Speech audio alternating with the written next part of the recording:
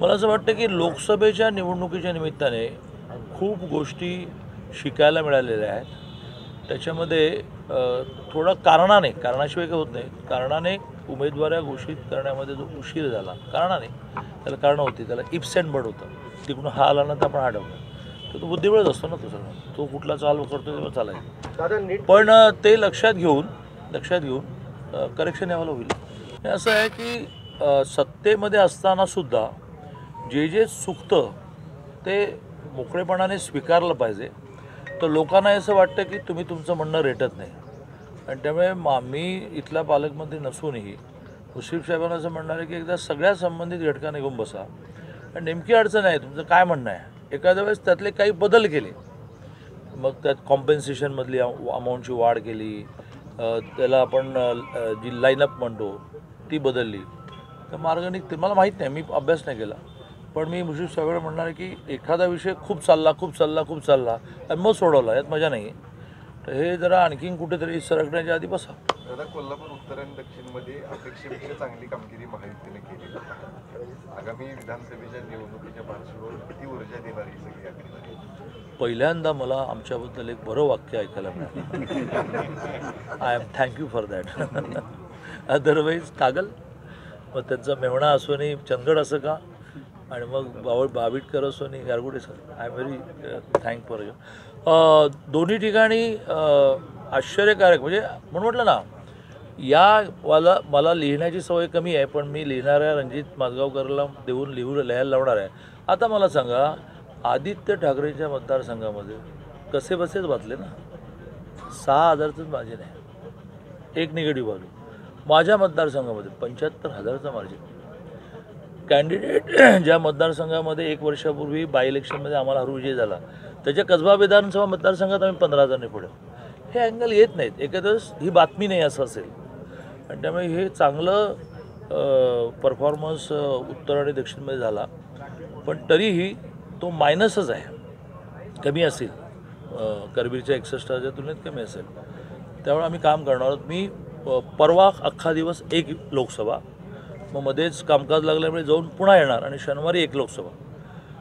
त्या अख्ख्या दिवसामध्ये 2 तास एक विधानसभा, असं 12-12 तास काम करणार आहे. आणि त्या विधानसभेतल्या 10-12 जणांना स्क्रीनवर त्यांचे सगळे बूथ दाखवणार आहे. बूथ क्रमांक 131, एकदम -200 कसं काय झालं, कोण रे बूथ, असं करत 2 तास बैठक करणार आहे. आणि त्यामुळे पराभव तर झालाच नाही, कमी यश मिळालं, त्याचं विश्लेषण करून आम्ही खूप वेगाने परत जाऊ. आता तुम्हाला सांगतो की जे मताधिक्य आहे त्याप्रमाणे 125 जागी तरीही युती पुढे आहे. आणि ठीक आहे, 155 जागी ते पुढे आहेत. आता 125चं 180 करायला वेळ लागत नाही. आणि त्यामुळे राजकारणात आणि व्यक्तिगत जीवनामध्ये हुरळून जाऊ नये. आता ते हुरळून जाणं जे चाललेलं आहे त्याच्याबद्दल आपण काय सांगणार. तर हा प्रश्न उपस्थितच होणार नाही. तर राजकारणामध्ये आपली खुर्ची आपण शोधायची असते, कोणी द्यायला बसलेलं नाही. आणि त्यामुळे प्रत्येकजण आपली खुर्ची शोधतो आहे. It's but natural in Indian politics. भारतीय राजकारणामध्ये ते बरोबरच आहे की तुम्ही काही न करता असेल माझा हरी तर देईल खाटल्यावरी, अशी स्थिती आजच्या राजकारणात झाली नाही. त्यामुळे तुम्हाला मी इंटरेस्टेड आहे दाखवायला लागतं, कामं करून सर्वेमध्ये यायला लागतं. श्रेष्ठींच्या एवढी नाही, मला हे बघा दिलेत तर मग घरी द्या, मी काही श्रेष्ठ नाही भेटत असं नाही, भेटायला झालं सारखं. म्हणजे आता शुक्रवारी बहुतेक का तर 5 जणांच्या डेट घ्यायच्या असतात, त्यातल्या 2घांच्या मिळाल्या. कामकाज सल्लागार समितीची बैठकीच्या निमित्ताने, कामकाज सल्लागारमध्ये हा विषय नसतो, निमित्ताने आम्ही सगळे भेटतो. त्यावेळेला नक्की याचा विचार करू. परंतु त्याही विषयात मला असं वाटतं की बसून काही गैरसमज आहेत ते नीट केले पाहिजेत. नव्याने काही, जसं तर 10% आरक्षण मराठा समाजाला दिलं आहे, त्यात काही इम्प्लिमेंटेशनमधल्या अडचणी आहेत असं फील्डमधला मराठा तरुण म्हणतो आहे.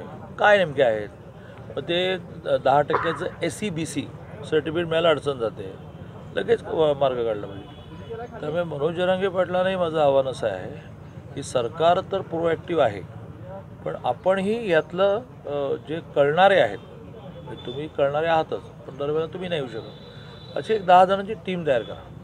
तर आंदोलनामध्ये या 10 पैकी 9:15 गोष्टी पूर्ण झाल्या की मग मी उठतो असं नाही सगळं. 10पैकी 8 पूर्ण झाल्या, 10पैकी 7 पूर्ण झाल्या. आणि त्यामुळे बऱ्याचशा गोष्टी त्यांनी जर अभ्यासपूर्ण टीम तयार केली तर संपतील असं मला वाटतं. तर स्थानिक पुण्याच्या बाबतीमध्ये माझ्या मायक्रो प्लॅनिंगपेक्षा पुण्याचं काम खूप जुनं आणि त्यामुळे टीमवर्क पुण्याच्या कामामध्ये खूप चांगलं असतं. कामाचं वाटप झालं तर मागे वळून बघावं लागत नाही, त्याला सोपवल्याने तो करणार.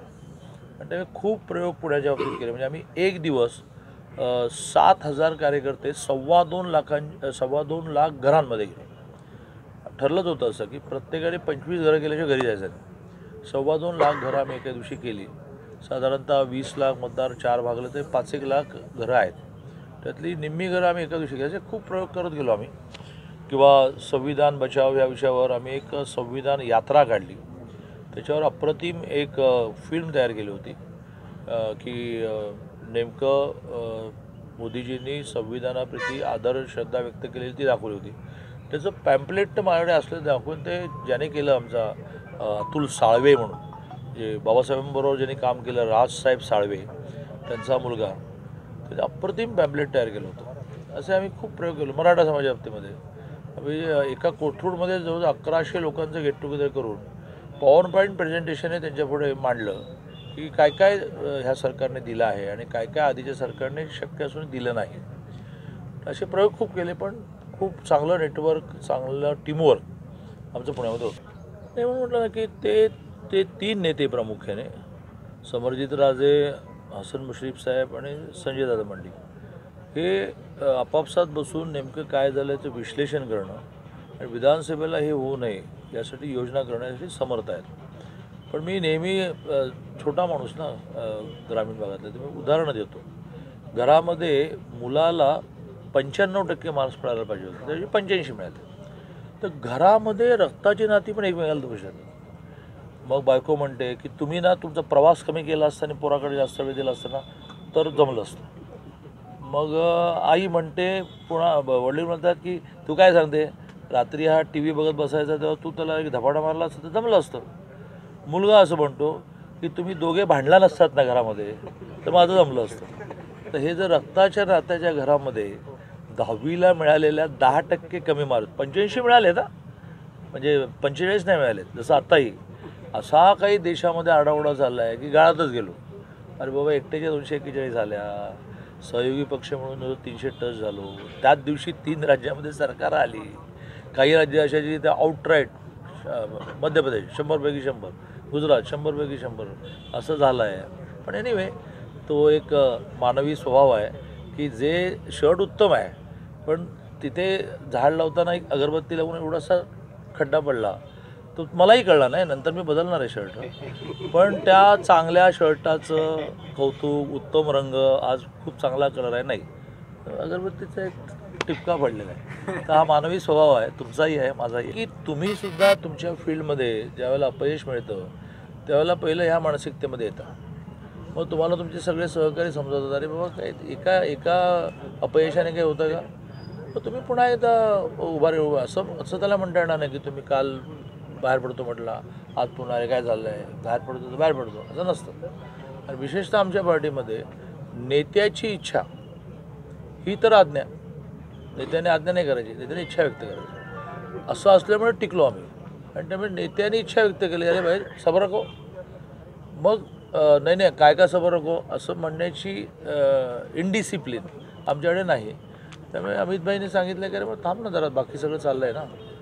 त्यावर त्यांनी तो निर्णय मान्य केला आणि ते पुन्हा त्यांचं एक बरं आहे, ते फ्रॅक्शन ऑफ सेकंदमध्ये, म्हणजे त्यांच्या चेहऱ्यावरही कधी निराशा दिसत नाही, त्यांच्या बॉडी लँग्वेजमध्ये दिसत नाही, फ्रॅक्शन ऑफ सेकंदमध्ये ते स्वतःला नवीन परिस्थितीला मोल्ड करतात. त्यामुळे ही मनस्थिती होती की आपण सरकारमधून बाहेर पडू, पक्षातून नाही, आणि पक्षाला अधिक वेळ देऊ, या मानसिकतेमधून अमितभाई म्हणाले ते म्हणजे ओके मी नाही बाहेर पडत. लागले कामाला. मला काल 3 वेळा फोन आला, कामकाज सल्लागार समिती बैठक दादा लावायला लागेल, नाहीतर मग वेळ कमी मिळेल वगैरे. मग ते मुलींच्या 100% फी माफीचा एक निर्णय आहे, दादा म्हणाले ती फाईल तयार करायला लागेल. त्यामुळे ते आलेच लगेच त्या पुढमध्ये. दादा एक शास्त्रीय चर्चा सुरू आहे, पुढे आलेला आहे, काय नेमकी नाही विनोद तावडे हे विनोदजी तावडे हे एक कर्तृत्ववान व्यक्तिमत्व आहे. जिथे पाठवू त्या ठिकाणी यश कसं मिळेल यासाठी सगळा बारकाव्याने ते प्रयत्न करतात. म्हणजे महाराष्ट्रामध्ये 95ला ते सरचिटणीस झाले, लगेच 4 वर्षांनी मुंबईचे अध्यक्ष झाले आणि आताही ऑल इंडिया सेक्रेटरी म्हणून गेले, ऑल इंडिया जनरल सेक्रेटरी झाले. आणि आपण टी व्हीवरून पाहतो की आज सगळा पक्ष चालवण्यामध्ये त्यांची मोठी भूमिका आहे आणि त्यामुळे केंद्र ठरवेल त्यांना काय द्यायचं. खूप ऑप्शन्स हे त्यांच्या बाबतीमध्ये चर्चिले जात आहेत. ते काहीही झाले तर मोठेच होतील आणि त्यामुळे मला खूप आनंद होईल. राष्ट्रीय अध्यक्ष पदाची काय हालचाली नाही, हालचाली म्हणजे बदलावं लागणारच ना. जगतजी ज्यावेळेला मंत्री झाले, अर्थात एक खरं आहे की मंत्री आणि अध्यक्ष दोन्ही पदं ठेवतात. मी होतो मी लोकसभा ते विधानसभा 6 महिने 8 खात्याचा मंत्री होतो आणि अध्यक्ष होतो. तर असा काही नियम नाही, पण नॉर्मली भारतीय जनता पार्टीसारख्या पक्षामध्ये खूप माणसं खूप नेते असल्यामुळे कशाला एक जण 2 कामं करतात असं होतं. त्यामुळे ज्या अर्थी टर्म पण संपली, जगतजींना मंत्री केलं गेलं तर ते अध्यक्ष नवीन येईल असं मला वाटतं. असाही निर्णय होऊ शकतो की आने वाले 3 महीने में 3 बड़े राज्य में चुनाव है, झारखंड, हरियाणा आणि महाराष्ट्र. तो क्यों बदलना, 6 महीने जगतजी आप ही चलाओ, थोड़ा इनको सरकारी काम कम दो, असा विचार होतो. माहीत नाही. आमचं एक वैशिष्ट्य आहे की आमचं ज्या स्तरावर ठरतं त्याच्या बाहेर मुंगीलाही कळत नाही. अशाच ताज्या अपडेटसाठी महासत्ता न्यूजला सबस्क्राईब करा.